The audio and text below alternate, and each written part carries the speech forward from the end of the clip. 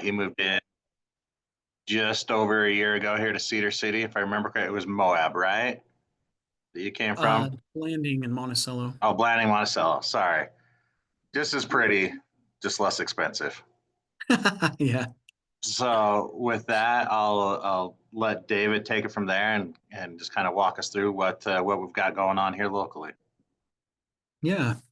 Hi, I can't see any of your handsome or beautiful faces, so I'll just kind of chat a little bit about who I am and what we have going on here. So, previously, I like Derek said, I was a city manager out in San Juan County. I did economic development in Saratoga Springs, up north by Lehigh, and had the opportunity here to come and do essentially if you don't fully know what economic development does, I essentially recruit business expansion and retention. So I'm trying to get new businesses to come here, to retain businesses that are here, and help existing businesses also expand. And that goes from everything from retail to manufacturing. But what I thought I would do, rather than just listening to me blab the whole time, I'm actually going to start it off. Hopefully, it works with a little video that I've done. And when I was working with the video producer on this, he said, "Man, nobody's ever put all the pieces together of what Iron County does here and all the diverse economic resources that we have here." So we put this cool video together, and then I'll probably talk about it a little bit more. I'm going into detail on what some of the video does. Let me see if I can share my screen here. Oh, I know what I've got to do real quick. Okay, here we go. Let's see if it lets me go into presentation mode. Present. Okay, can everybody see that full screen there? I guess give me a thumbs up for those. Okay, there we go. Okay, so I'm going to play you this video. Hopefully the audio and everything works. Please let me know if for some reason it is not.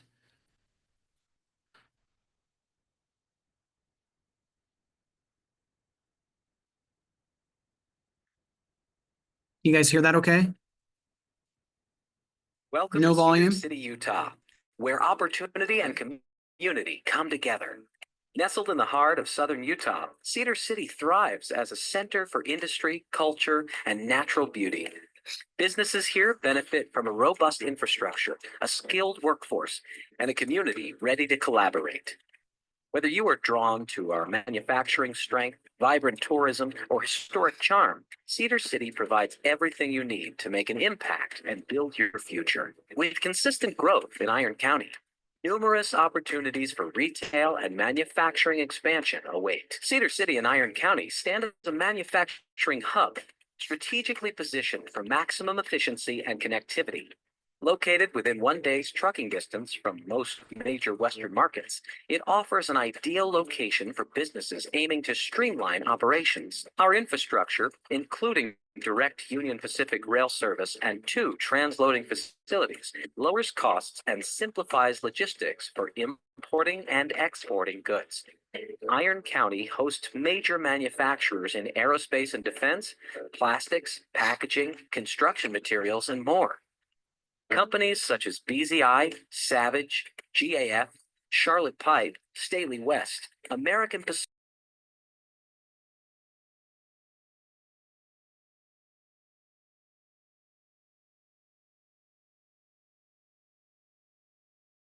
Iron Springs Inland Port, which supports the Utah Inland Port Authority in Salt Lake City.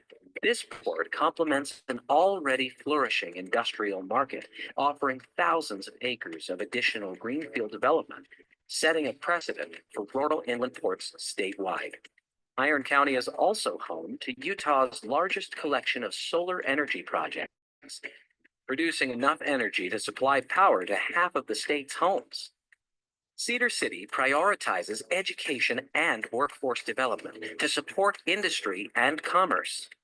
Southern Utah University and Southwest Tech play key roles in feeding the workforce pipeline through top-tier programs and a dual enrollment partnership.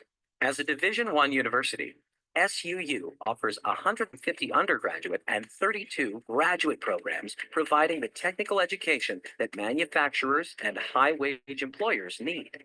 SUU's aviation school includes a renowned program that trains 1 in every 10 helicopter pilots nationwide. Southwest Tech provides vital employee training, collaborating with local businesses to customize programs that meet specific needs. Through its Custom Fit program, Southwest Tech funds up to 40% of professional training for employers seeking to enhance their employees' technical skills.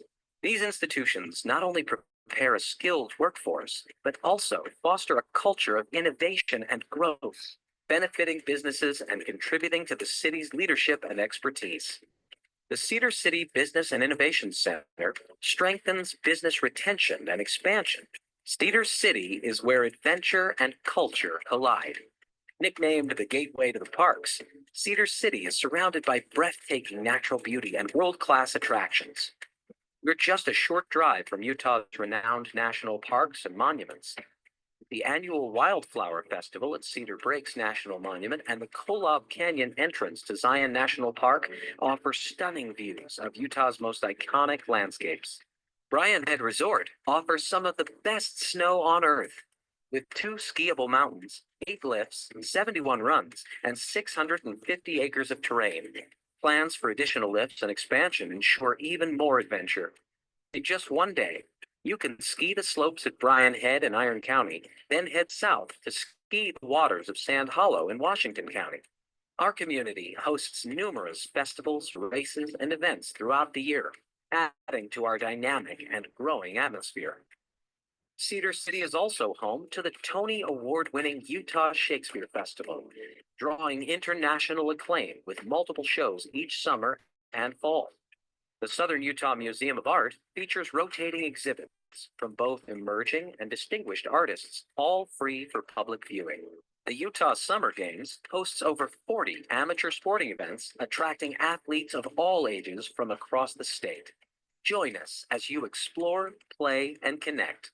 Cedar City's historic downtown serves as its heart, where tradition meets modern opportunities. Known as Festival City USA, our signature events like the holiday lighting, Spring Fiesta, July Jamboree, and Sheep Parade make you feel like you're stepping into an original Hallmark movie. The Saturday Farmers Market brings local flavors, featuring fresh produce and handmade goods. Visitors and locals alike enjoy the city's rich heritage while savoring experiences and unique products at local establishments such as Ganashed Gourmet Brownies, Centro Wood-Fired Pizza, IG Winery, and Bullock Drug. Downtown Cedar City is not just a place to do business, but a community to belong to. Cedar City boasts a growing and diverse retail sector. As a regional destination for multiple Southern Utah communities, our retail options attract high visitation and top sales numbers statewide. The Cedar City Walmart leads Utah in gross sales, and our mix of locally owned restaurants and shopping centers complement national names like Home Depot, Walmart, TJ Maxx, Chili's, and Famous Fare. Cedar City's retail environment supports both large and small businesses, making it a dynamic place to shop and grow. Iron County offers an exceptional quality of life, making it the perfect place to live and work. New housing developments cater to families, professionals, and retirees with a variety of modern, affordable options. The area is experiencing steady growth to support residents and businesses. Cedar City alone has nearly 6,000 residential permits in process, including estate lots, single-family homes, townhomes, and student housing. Residents enjoy top-tier amenities such as the Cedar City Aquatic Center, the Cross Hollow Event Center, Heritage Theater, and a regional ice rink. Outdoor enthusiasts can explore a network of trails perfect for hiking, mountain biking, and recreational programs, while golfers enjoy scenic rounds at Cedar Ridge Golf Course. With its combination of outdoor adventure, recreational facilities, and expanding neighborhoods, Cedar City offers an active and comfortable lifestyle. Cedar City and Iron County are more than just locations on a map. We are a community of innovation, tradition, collaboration, and opportunity. Known for bringing businesses and the community together, Cedar City and Iron County offer an environment where companies thrive and entrepreneurs find success. Each week, the Cedar City and Iron County Office of Economic Development, alongside the Visit Cedar City Bryan Head Tourism Bureau, produces a local podcast highlighting dozens of businesses' success stories and incredible tourism opportunities in the region. In large metropolitan areas, new businesses often get lost in the crowd, but in Cedar City, we welcome businesses as valued partners, where success and quality of life are achieved together. Whether you're looking to build, grow, or explore, you'll find the resources, support, and lifestyle to match your ambitions. Join us and watch your business thrive, and your story will unfold in a place that truly feels like home. Okay, well, I know that video was kind of long, and the reason why I wanted to show that to you, let me try to escape out of here, maybe. Let me stop share for a second. Maybe that's what I need to do. I know that video is kind of long, but what I wanted to do is just kind of show you high level, as I'm trying to recruit businesses to the area, the types of things that we're trying to promote to them. And what does that mean for you guys? Is, you know, how is that impacting people moving to the area and housing needs in the area, rental or for sale? And so I want to get back to my slides here, but oh, there it goes. There we go. Now I can hopefully screen share here in a second. Slides are stuck on the video, so I gotta get it out of there. You have to forgive me for that. Okay, let me go back to screen sharing. Here, share the rest of the presentation with you. And then let me go to present mode. Okay. Sorry, I'm not on my normal computer, so it's being kind of slow here. Can you guys still hear me okay? Yeah, we can hear you. Okay, my computer's kind of freezing up, so I'm sorry about that, Derek. It's trying to share, but it doesn't want to. So let's see what we can do here. Okay, here we go. So here's what I really wanted to get to, just to kind of kick it off. So in Cedar City, currently, so last year we had about 5,700 units proposed or under new construction. And that's an equivalent of about 15,000, almost 16,000 new residents. Now, that doesn't mean tomorrow. What that means is proposed new construction, I'm sure most of you already know, is that a lot of these developers, whether it's apartments, whether it's townhomes or single family homes, a lot of times they have large developments that they're going to build over, 5 years. Some of them, it'll take them 10 years or more to build out. Last year, 721 of those units received CO.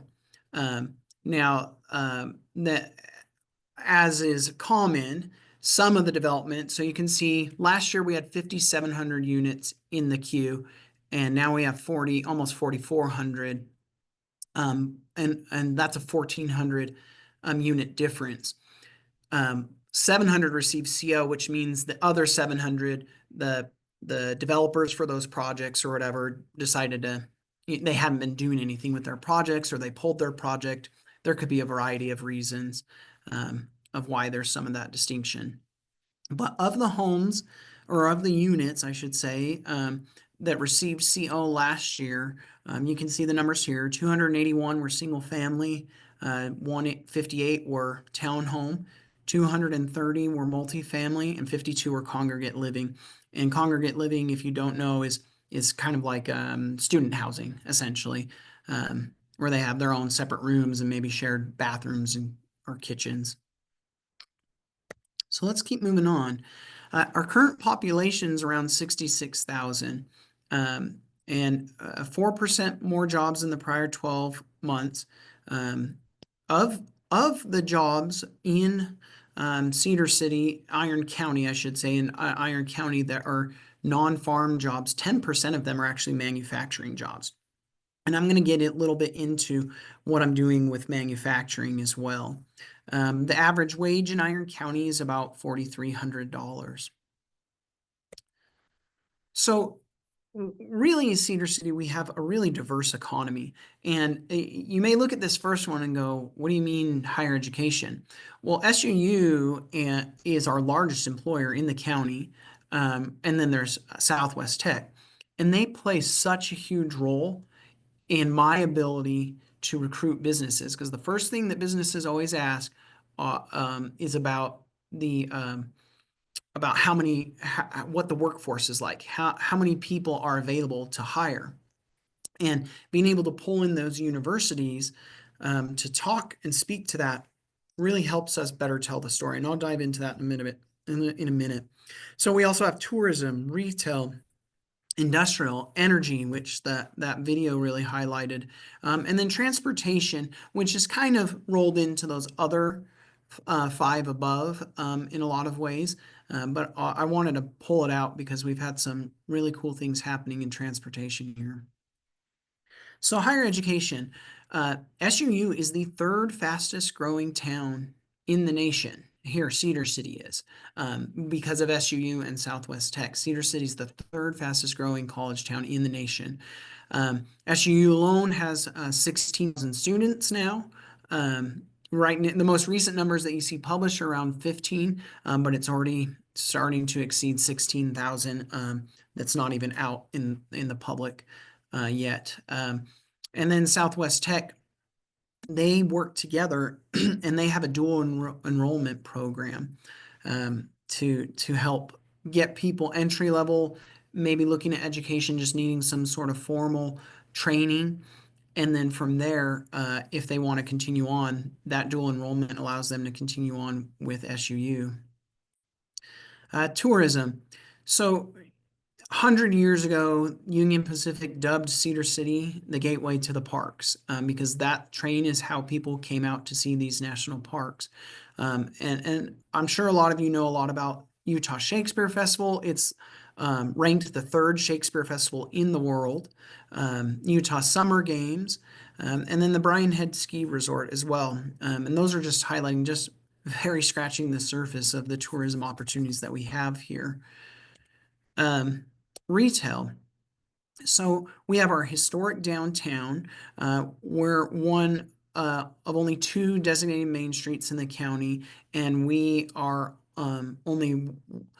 we are one of a few designated main streets in the state that is recognized by the National Association of Historic Main Streets. So we have plenty of opportunities for mid-box, and this is just a concept. So don't get too excited here when you're looking at this concept here on the north end, a very old concept from, I don't know, probably 10, 15 years ago. But I am working with developers to bring retail, hopefully a grocer on the north end there. I'm working with several different property owners who are all working kind of simultaneously at trying to attract some hopeful grocers on that north end of town.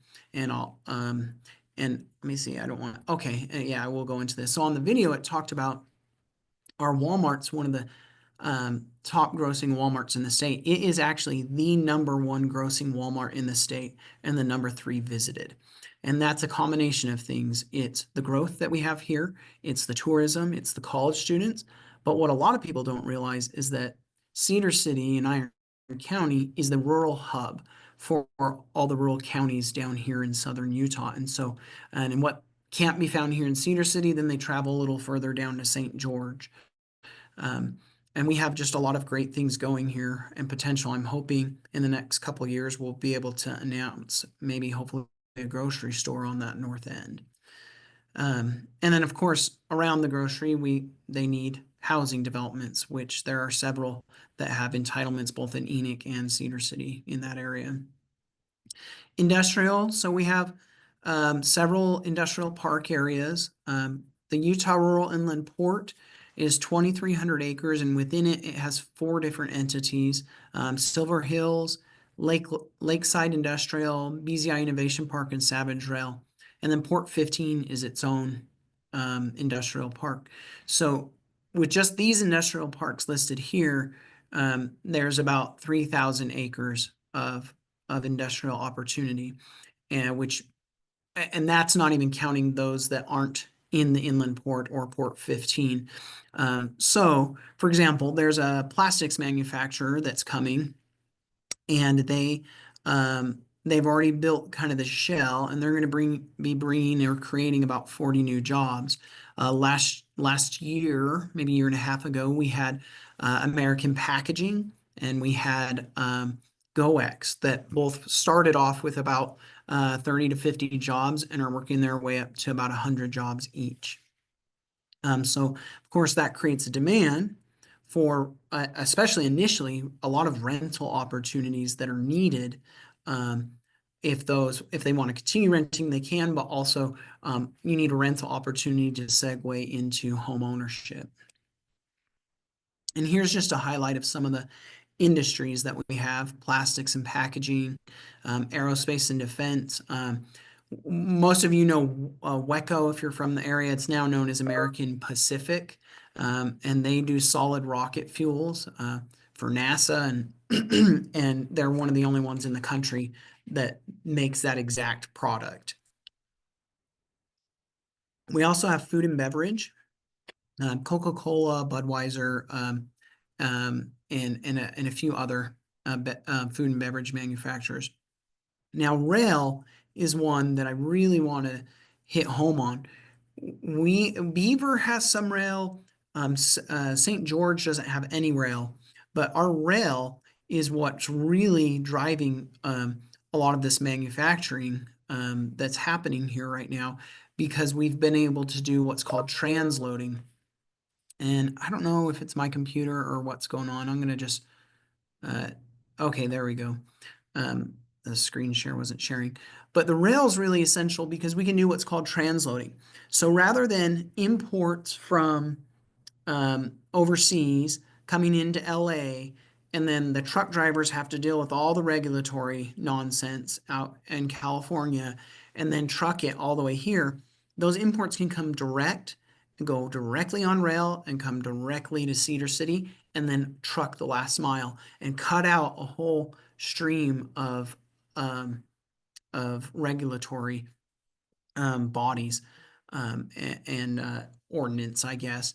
And so with this comes a lot of other developers. So I can tell you right now, I have probably a half a dozen different manufacturers that I'm talking to right now that are seriously looking at Cedar City. Some of them are bringing 50 jobs. Some of them are bringing 300 jobs. And so, you know, and in economic development, it's hard. You could be working on a half a dozen things and nothing comes to fruition.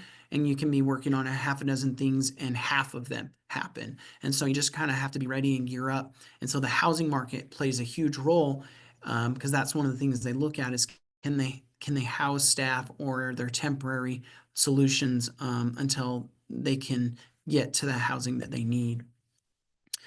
Energy, in the video, it talked about how we have the largest collection of solar energy in the state, which this is huge because right now there's a lot of issues with Pacific Corp and Rocky Mountain Power that's holding up commercial, and it's impacting residential as well. And so having this resource here is huge, and hopefully we can come up with some solutions over the next few years that will help us to be able to utilize that without having to go through so much red tape. And I know that the state is looking at trying to make that happen.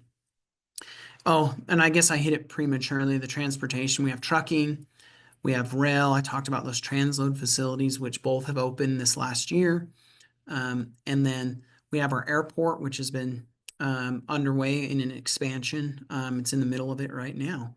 So with that, I know not all that directly applies to you, but it's helpful to provide this kind of info to you so that you can see what's on the horizon, and hopefully better understand what maybe some of the needs are, and know that I'm here as a resource to kind of help answer any questions. And if I don't have the answer, I always say I can try and connect us so that we can get whatever questions you have and whatever answers you may need. So with that said, I'll just kind of wrap up there. I don't know if there's any questions that there may be from the group. What, I'm just asking every speaker this, especially on the economic side. So what are two things you're excited for? What are two things that that scares you, keeps you up at night?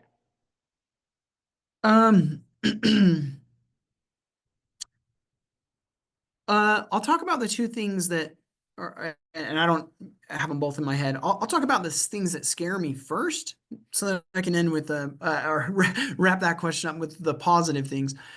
The things that worry me is actually a misunderstanding on how economic development works. So, and how the recruitment works and how it benefits the area. So, for example, economic development, you can incentivize a business to come and just give them money out of your pocket, whether that's a city or a county or the state. That's a poor way of doing economic development. If you want to incentivize a company, the best way to do it is new revenue. So, for example, say Walmart wanted to build a second store here in Cedar City, and we want them to expand. So a lot of times, or say Costco or Sam's Club wanted to come here.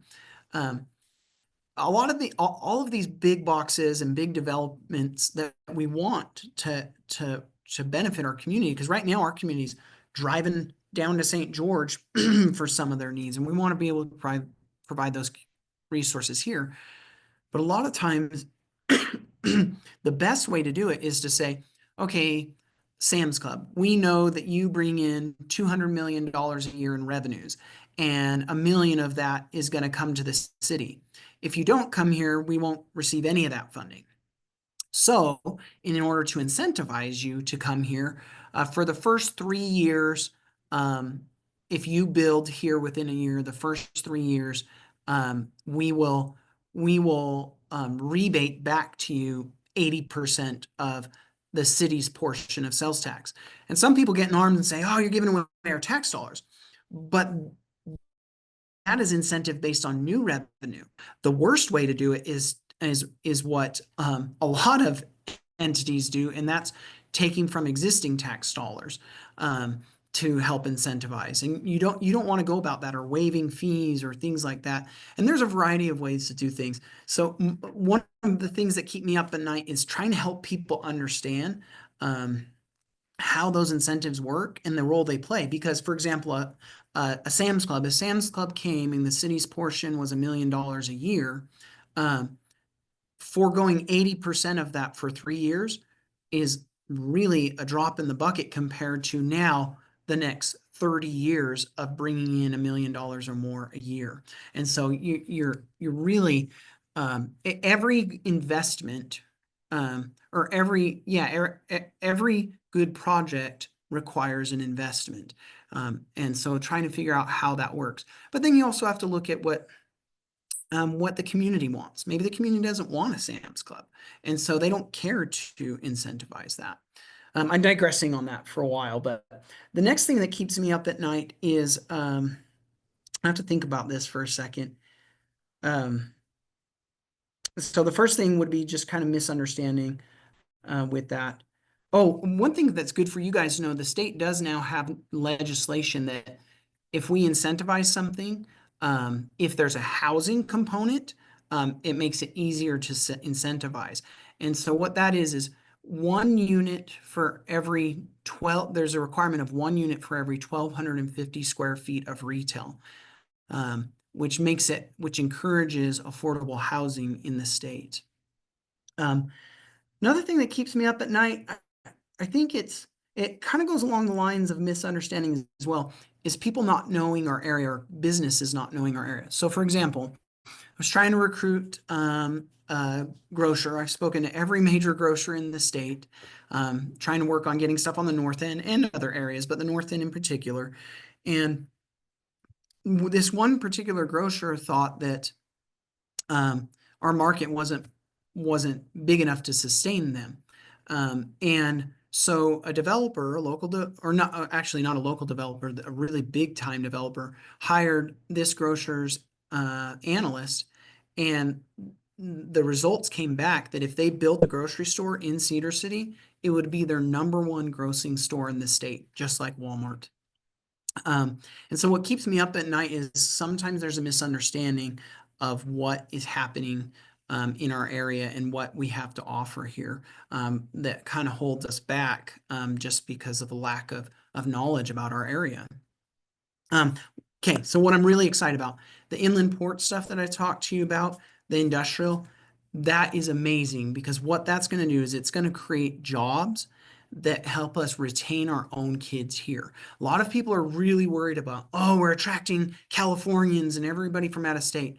Well, that is happening naturally with or without the jobs. But what's also happening naturally is in areas like ours that have historically been rural, our kids go to school here and then they have to move away, and there's not enough jobs or housing for them. And so my job is to help recruit businesses to create jobs, so that we can retain our kids, and then work with home builders and those in the community to ensure that we have the adequate housing. So that's one thing that I'm really excited about. Another thing that I'm really excited about is, historically, there's that Cedar-Dixie line between St. George and Cedar, and there's always been kind of a competitiveness, and there still is. But I have been working with my peers in Washington County. I should say this: our growth here isn't nuts like Washington County. Ours, I would say, is respectable, healthy growth. But I've been working with my peers in Washington County in an effort to recruit businesses to this area. We are establishing a partnership to promote Southern Utah as a market to compete with to compete with Salt Lake City, to compete with Vegas, and to compete with the other major Western markets, to help overcome some of that perception that I was talking about. So anyways, that was a really long-winded answers to your question, Derek, but those were kind of loaded questions there. So Oh, that's fine. That's why I ask them. yeah. Anyone else have any questions? If not, I've got it covered. Okay. There's one that came through. Yeah, I see that, Michael. So we actually have a program. So I receive my office. So one thing I should clarify is that my office is actually a partnership between Cedar City and Iron County. And so even though I'm technically an employee of Cedar City, I work for Iron County Incorporated or unincorporated, and then Cedar City. And we receive annual funding from the state's Office of Economic Opportunity, and we allocate about $65,000 a year, for a couple. Well, 65,000 for one program. So we have a few programs. We allocate $65,000 a year to go towards small businesses, and we're actually in the middle of that process right now, where they can request up to $30,000. There's a preliminary committee that reviews the applications, and then a secondary committee that the finalists present to. And so, for example, there was a small bakery here whose oven was going out, and they helped support a lot of our local restaurants. And that program last year was able to purchase that, or grant money so that they could purchase a new oven. Let me think. Oh, there's a photography business here that actually does that podcast I was telling you about, or that was in that video, and small photography business, but he supports dozens of businesses here locally, including the university and including, mom and pop shops. And so we were able to grant money to his business to help him set up a new studio. And so we're going through that process right now. In addition to that, for historic Main Street downtown, we have two different programs, a sign program, and and this is for the main streets in Parowan and in Cedar City. They can request um, up to $2,500 for new signs, and they match it 1-to-1, or $7,500 matching 1-to-1 to redo the facades outside of their businesses as well. Looks like I saw another question come in. In last month, Cedar City lost a grocery store, Silverbrook Whole Foods. What exactly is the city doing to support and track smaller grocer bulk, possibly bulk grocers? So to attract, so I kind of was talking about that a minute ago. Really, what's weird about economic development is all the retailers, whether they're a small retailer or a large retailer, even small businesses, like to small businesses like to and large businesses, they want everything quiet until they're ready to make a public announcement. And so a lot of what I do is I put together information about the area, about our demographics, and I set up one-on-one meetings with the grocers. And I've had, like I said, I've met with every major grocer in the state and some outside of the state, trying to recruit them. Yeah, I saw, Greg, to your question, Michael put Silverbrook Whole Foods. Do you mean natural grocery? I'm not familiar with Silverbrook Whole Food, but I've only been here a year, so I maybe was just unaware. But I know we do have the natural grocers there, kind of by the TJ Maxx. Is that what you're referring to, or?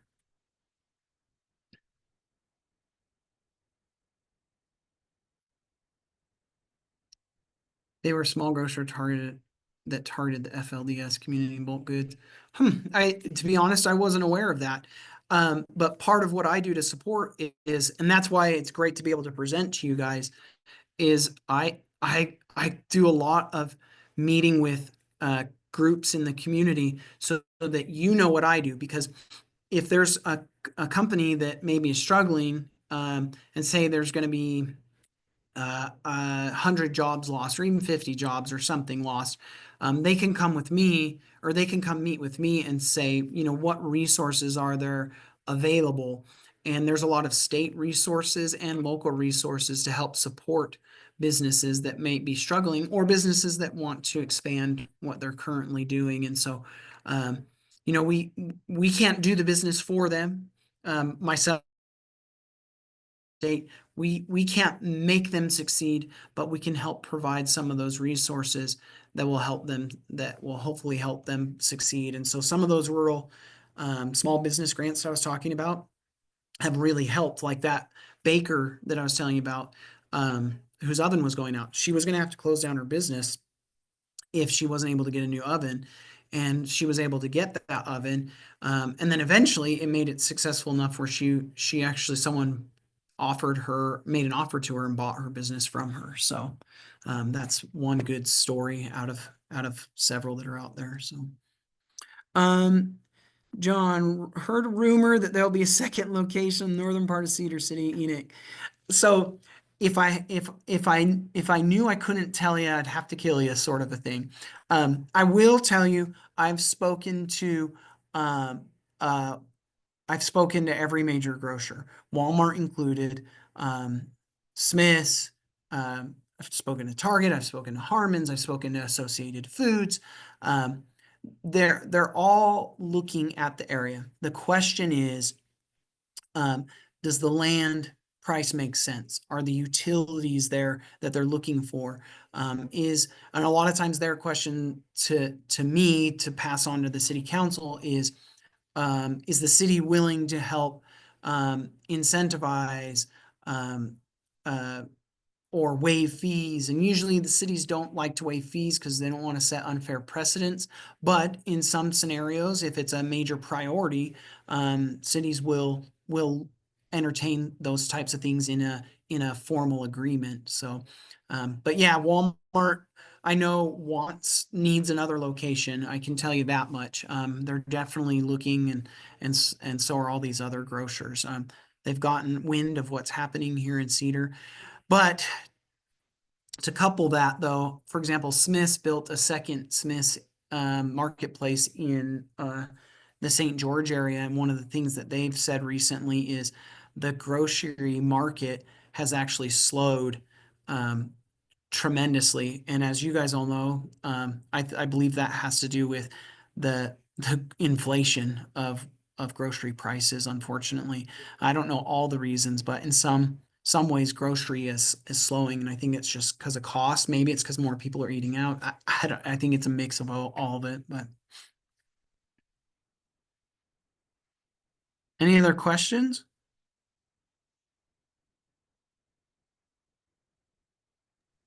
Well, if any of you do have questions, feel free to reach out to me. I'm happy to chat with you. I know a lot of times when I'm trying to recruit businesses, housing is important, especially on the retail side.